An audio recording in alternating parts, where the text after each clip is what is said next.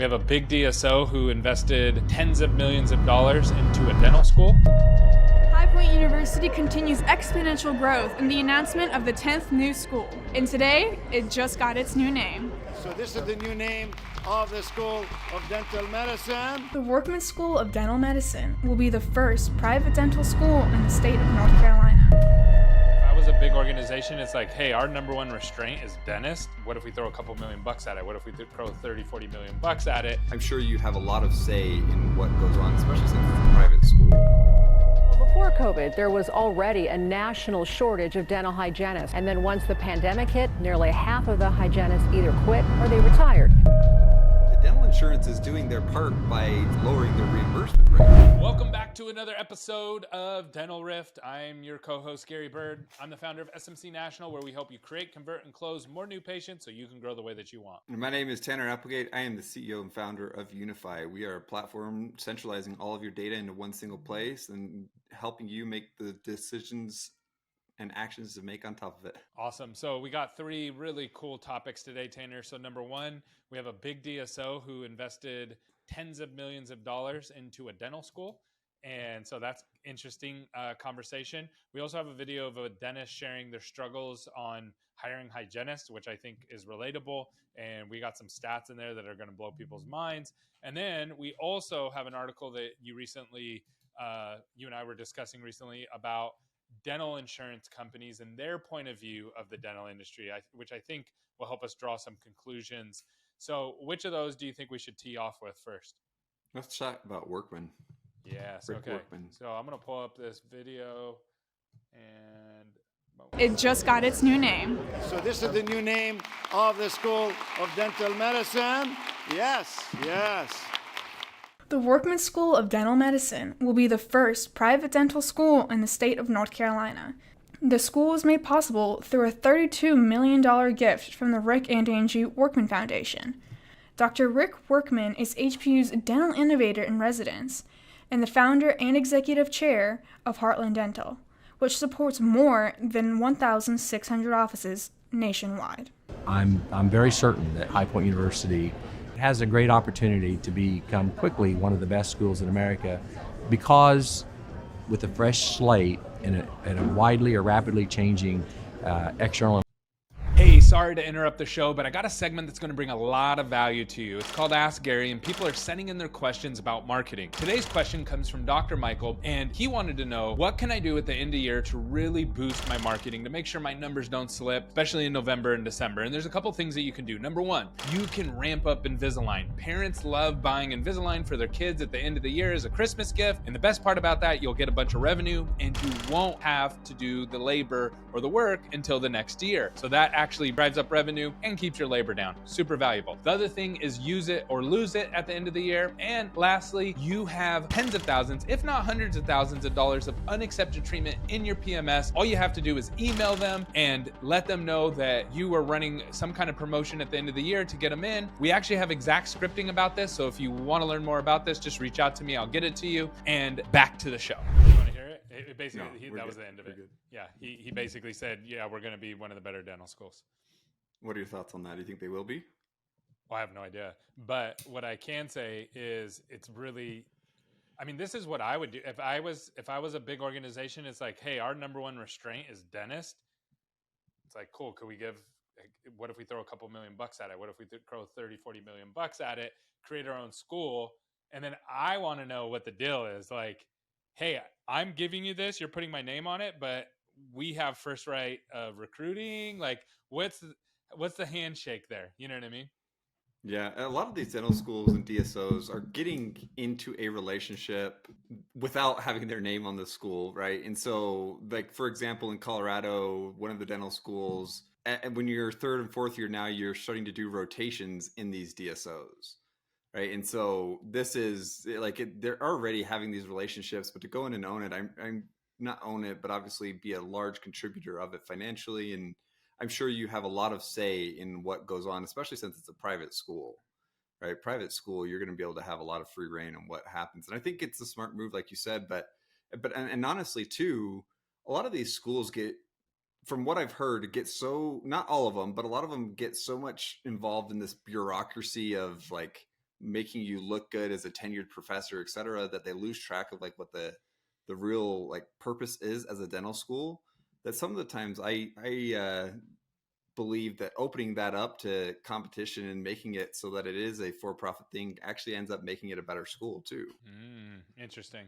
Yeah, I want to see what the agreement is. I want to see the agreement of, if we're giving you 30-40 million bucks, what do we get back for that? So that's exciting to see that they're trying to come up with solutions though. What do you want to cover next? Do you want to talk about the hygiene shortage, or do you want to talk about the dental insurance article that you have? We could chat a little bit about the dental insurance article. So the article was put on by Becker's, and it was fascinating to me because you and I have chatted a lot on this podcast about the pain points that providers have with the payer, right? They're lowering fees, yada, yada. It's always kind of the payer's the bad guy. This article was interesting because it was the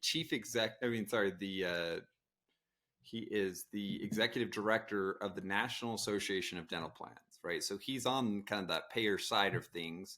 And so they asked him kind of, what do you see from a trend-wise perspective? And he gave out some interesting statistics. He said, so back in 2017 or 2014, when they first started measuring it, plans that had a high deductible of maximum of 2,500 or more only made up about 5%, but now they're about 15 to 20%.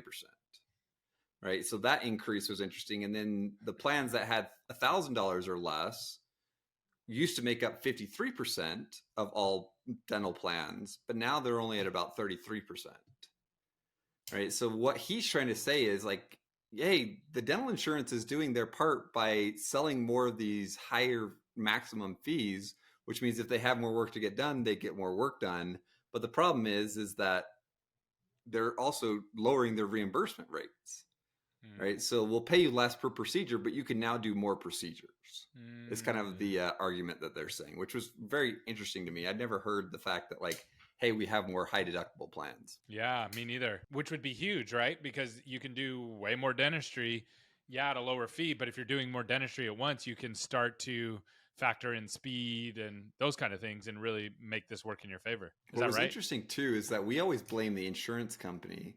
In this article, though, the insurance company turned around and was blaming the employers. Hey, we're willing to sell whatever type of amazing benefits you want as long as the employers are the ones requesting it. So they're sitting there blaming the employers that the employers aren't getting nice enough benefits for the employees, and that's why they don't offer these great benefits. But I'm sure that it has something to do with the cost of the plans too. Like, yeah, I mean, I'll sell you anything at my own cost. If I get to pick the price, I'll sell you anything all day long. But I think that's the problem, is that they are not the ones picking the price. Yeah, it's interesting. I wonder if dental insurance was treated like every other insurance, like a health insurance plan or a house insurance or car insurance plan. What would that actually cost, right? So it's like, oh, if my tooth falls out, I pay a deductible and they put the tooth back in. If I have some, I need dental implants, they're going to put dental implants in. I pay a deductible for those kind of procedures. And it's like, for health insurance, it's okay, if you need your routine checkups, that's basically covered. And then if you need this kind of work, then you pay this kind of deductible. And if you need this kind of work, you pay this kind of deductible. I actually talked to somebody one time that kind of had an algorithm figured out on this for their practice, and they offered an in-house membership around it. But they looked at it, they treated it like an insurance plan. It was like, oh, if you're coming in and you need this much work, we're going to be able to predict how much work you're going to need in the future, and we'll cover all of it if you're willing to pay this much a month. Yeah, we actually had it together on the pod. I know who you're talking about, but it was really kind of what's interesting about that model, though, is that because he owns his own plan, he also owns the diagnosis and the maintenance of that. Right. So it's almost kind of like you're moving the incentive away from like, hey, the more dentistry I do, the more I make. It's now the incentive is like, I get the less I do, the more I make. Which is actually a good model, right, for the patient. Well, I don't know if it always is, though, because you can get a provider now that will underdiagnose. Because if I had a chip in my tooth and they're saying, oh, it's fine, we'll keep an eye on it, and all of a sudden like it explodes and I need to get a crown, like there's no incentive for the doctor to actually do it in a timely way now because they don't get paid any extra or more. Yeah, that's true.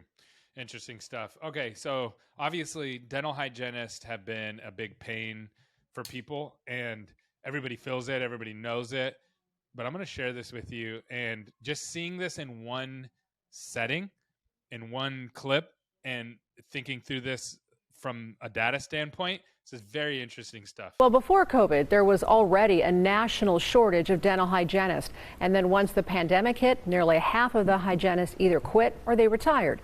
8 News Now anchor Kirsten Joy spoke to a Las Vegas dentist on what's being done to recruit more hygienists.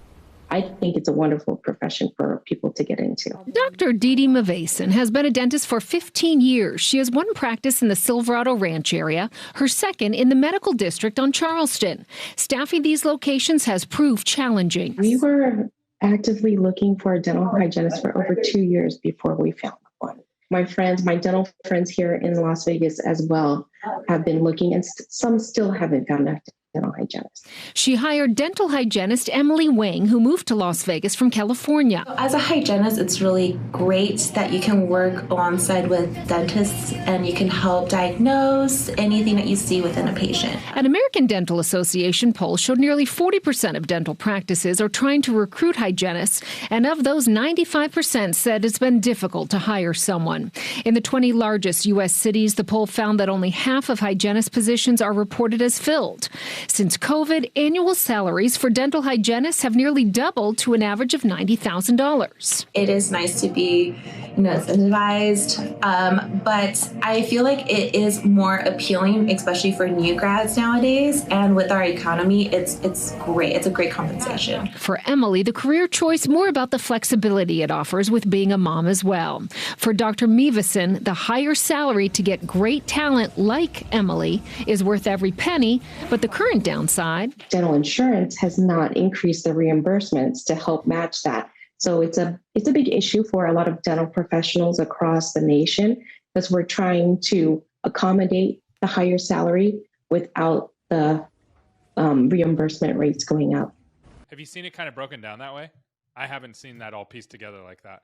Yeah, I've seen it. The ADA is the one that a lot of those statistics come from, and it was interesting to hear those as well. What do you, there's no way out of this one. There's no wiggle room out of this. I think what's really interesting is the news hit the nail on the head. It's like, oh, it's $90,000. Insurance isn't paying for it. But then the hygienist was like, but the really important thing to me is flexibility. And it's like, well, those are two different things, right? A lot of people My wife stays home with our kids. She doesn't go out and actively work, but she said if she ever goes back into the job market, dental hygienist is what she wants to do. Why? And how many kids do you have? Because of that. Because of the amount of pay is actually really good for the amount of education that it requires. And then the flexibility of saying like, hey, I want to be able to say I'm only going to work 3 days a week. There's not a lot of jobs that you can do that because you're on a kind of person-to-person transactional relationship. It's not like there's a whole team or project depending on you every single day.